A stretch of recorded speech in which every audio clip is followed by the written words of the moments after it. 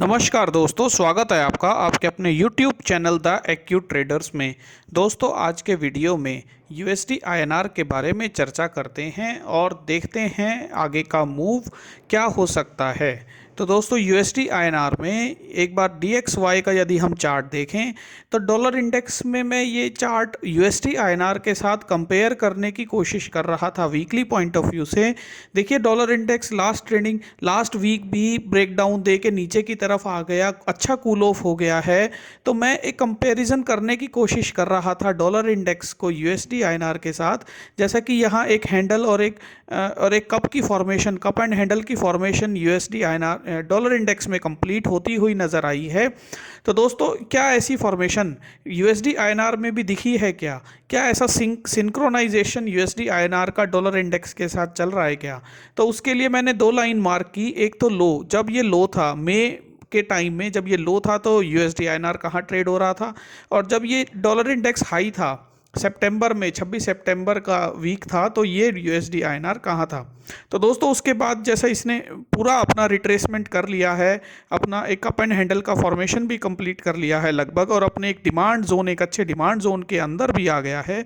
लेकिन उसके बावजूद भी USD INR को, हमारे USD INR को कम से कम 78.4 या 79 के लेवल में वापस तो आ जाना चाहिए था, लेकिन ऐसा नहीं हुआ। तो इसका मतलब USD INR डॉलर इंडेक्स के साथ तेज़ी में तो सिंक कर जाता है, तेज़ी में तो तेज़ी आ जाती है, लेकिन जब वो कूल ऑफ होता है डॉलर इंडेक्स, तो हमारा USD INR उतना ज़्यादा कूल ऑफ नहीं हो पाता, और कहीं ना कहीं जो सपोर्ट है वो ऊपर की तरफ शिफ्ट हो जाता है। बेस शिफ्टिंग हम इसे बोल सकते हैं, USD INR में बेस शिफ्टिंग हो जाती है, और इसके अनेकों कारण हो सकते हैं। तो बेस शिफ्टिंग बेसिकली हम समझते हैं कि हो जाती है।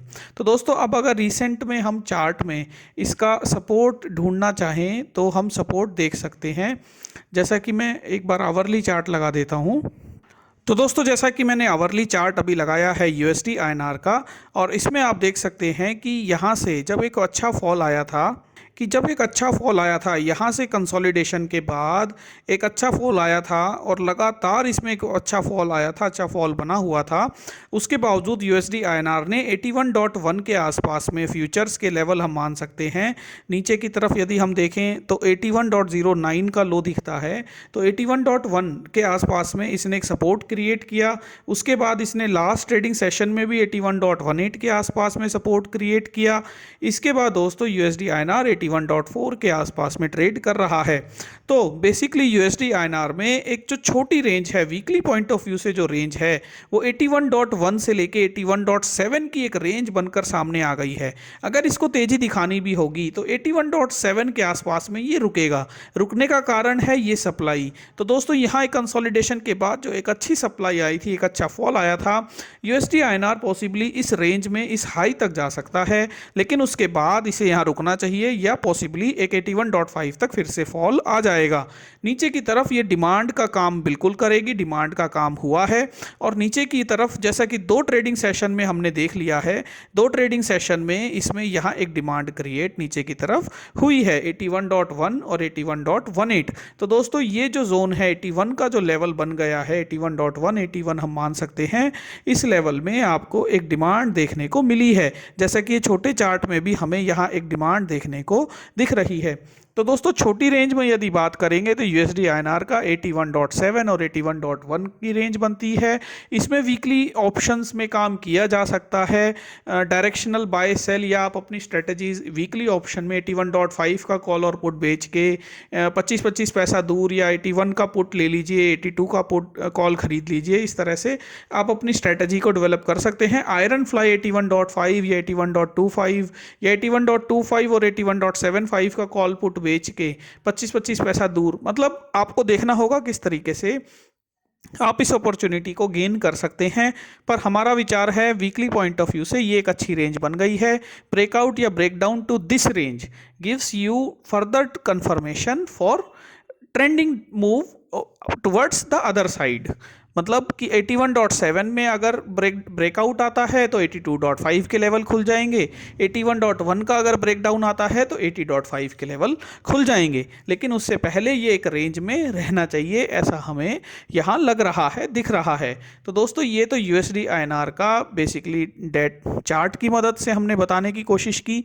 इसके बाद यदि हम डेटा में चलते हैं तो डेटा में हम देखेंगे तो यूएसडी आईएनआर में लास्ट जो 1 तारीख का ट्रेडिंग सेशन था उसमें वॉल्यूम अच्छा आया। वॉल्यूम अच्छा आने के साथ साथ ओआई उतना ज़्यादा प्रेफरेबली इंक्रीज़ नहीं हुआ, फिर भी एक अच्छा ओआई इंक्रीज़ हुआ 78,000 का, लेकिन उतना वॉल्यूम के अकॉर्डिंग उतना अच्छा ओआई नहीं था, ओआई इंक्रीज़ हुआ। उसके बाद जो इसका वीवेब डेवलप हुआ वो 81.27 का हुआ।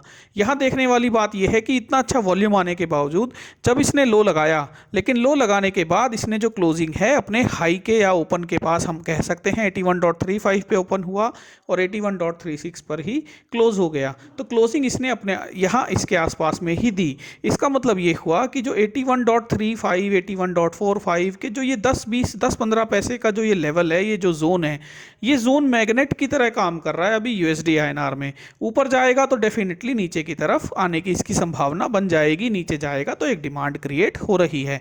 तो इसलिए हमने बताने की कोशिश की कि 81.7 पे यदि ये गया तो नीचे की तरफ 81.5 के आसपास में रोल डाउन ये हो सकता है, फिर से नीचे की तरफ आ सकता है। तो बेसिकली अभी जो मैग्नेट जोन बना हुआ है वो 81.5 का मैग्नेट जोन बना हुआ है।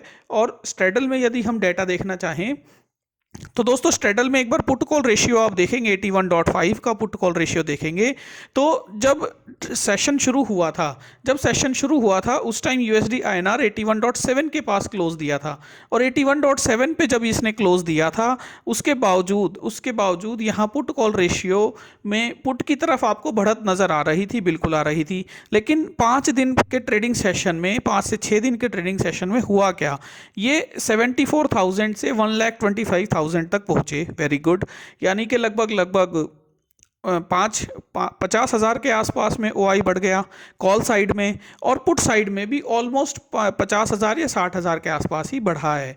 इसका मतलब कि दोनों पार्टीज़ ने कॉल और पुट में 81.5 में अपना ओआई प्रेफरेबली इंक्रीज़ किया है, बढ़ाया है, और 81.5 के ऑप्शन को ही ये डीके करने के पूरा कोशिश की जा रही है। तो दोस्तों इससे हमें एक उम्मीद बनती है कि ये जो 87 पैसे का भी ऑप्शन हमें नज़र आता है स्ट्रेडल में 81.5 के, इसको डीके होने की पूरी संभावना है। आने वाले ट्रेडिंग सेशंस में यूएसडी ऊपर जाए तो नीचे आ जाएगा, तो ये डीके तो हमें मिल सकता है, ऐसा हमें लगता है। तो यदि आप स्ट्रेडल आयरन फ्लाई बनाना चाहते हैं, कॉन्डोर बनाना चाहते हैं, तो आप इसके अकॉर्डिंग देख सकते हैं 81.5 का जो जोन है वो बिल्कुल एक मैग्नेट की तरह काम कर रहा है।